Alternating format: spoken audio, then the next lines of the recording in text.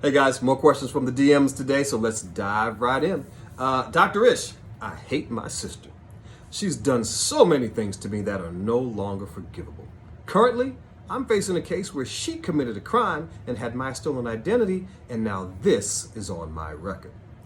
She's stolen from me numerous times, gotten me arrested from my job, and I was recently let go from employment because I currently have a bench warrant after my arrest because she used my name in another crime.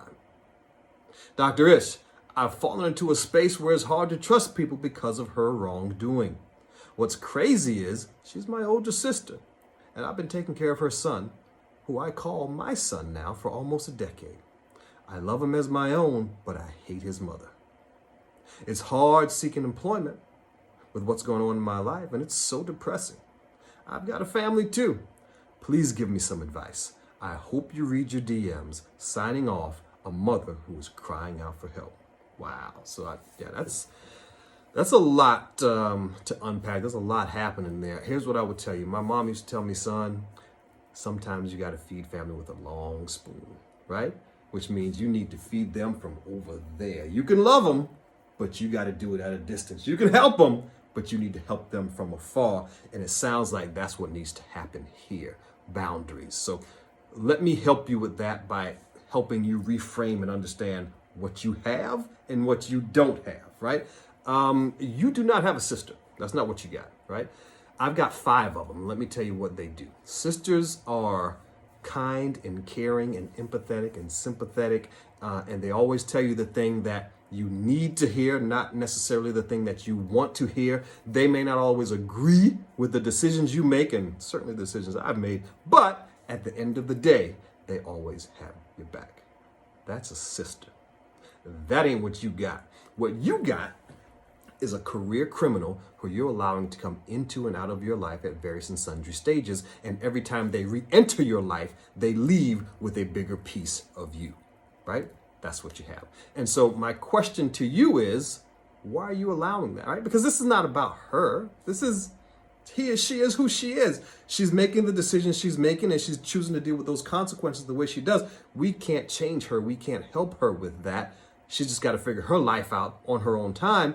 But my question is, why are you allowing that to happen, right? It seems like you've taken an enormous amount of responsibility for her, allowing her to come in and glom onto your life and walk away with a different piece of it every single time. What you are in is in a codependent relationship with your sister. Now, knowing what I know about codependent relationships, there's a few different ways that happen, which means there's some things that probably happened when you guys were little girls that were unfortunate and probably even horrible. And I'm very sorry that happened to both of you. But what that does is that makes you overly responsible for what she now feels and what she now does, the behavior she takes and those consequences. That's what a codependent relationship means. It means you're trying to manage this other person's emotions. You're trying to rescue them from their own life. And all the while, your life is falling apart and falling to pieces, which it is here. You can't even get a job because of the stuff that she's got going on your record. Now, that's what you got. The other thing you've got is a problem with the son of hers that you're taking care of, because I want to point out something to you that you said that doesn't make any sense at all. You call him your son. You've taken care of him for over a decade. You love him, but you hate his mother. Well, that's impossible. You can't love the fruit, but hate the tree, right?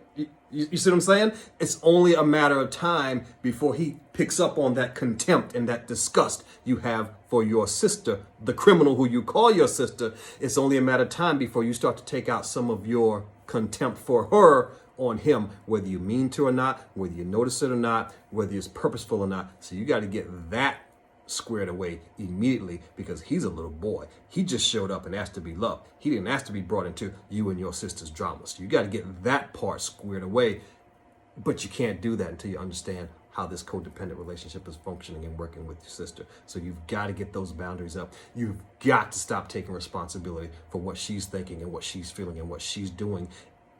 And you've got to stop allowing her to take over your life, right? You don't owe her that. Whatever happened, you don't owe her that, right? Whatever happened to her also happened to you, And it probably was neither one of your faults because y'all were little girls. So I got a book for you. I want you to get this book. It's called Codependent No More, right? It's a book by a woman by the name of Melody Beattie. Codependent No More, Melody Beattie, Beattie. It's an old book, but it is a classic. A very dear friend of mine turned me onto it, and it revolutionized my life because I got some codependent tendencies as well, and it helped me understand where those came from and how those are affecting my life. And I think you can do the same for you. I want you to read it. I want you to take notes, and I want you to sit with those notes for a little while and help understand yourself. And once you sat with those notes for a little while, I want you to go back and I want you to read it again. And then I want you to pick one or two things out of that book, and I want you to bring it out of that book into your life, and I want you to start practicing some of those things. The first thing you got to realize is you are not responsible for the lessons that your sister was put here to learn. You're just not. Don't matter how you got there. Doesn't matter how she got there. You deserve to live your life, and she's got to go live hers, and you've got to have sense enough to allow her to go do that. You're not responsible for that. Get the book, give it a read, give it a reread, and then come back to me in about 90 days after you've been practicing some of these things and let me know how your life is going. Hope this helps. Bye-bye.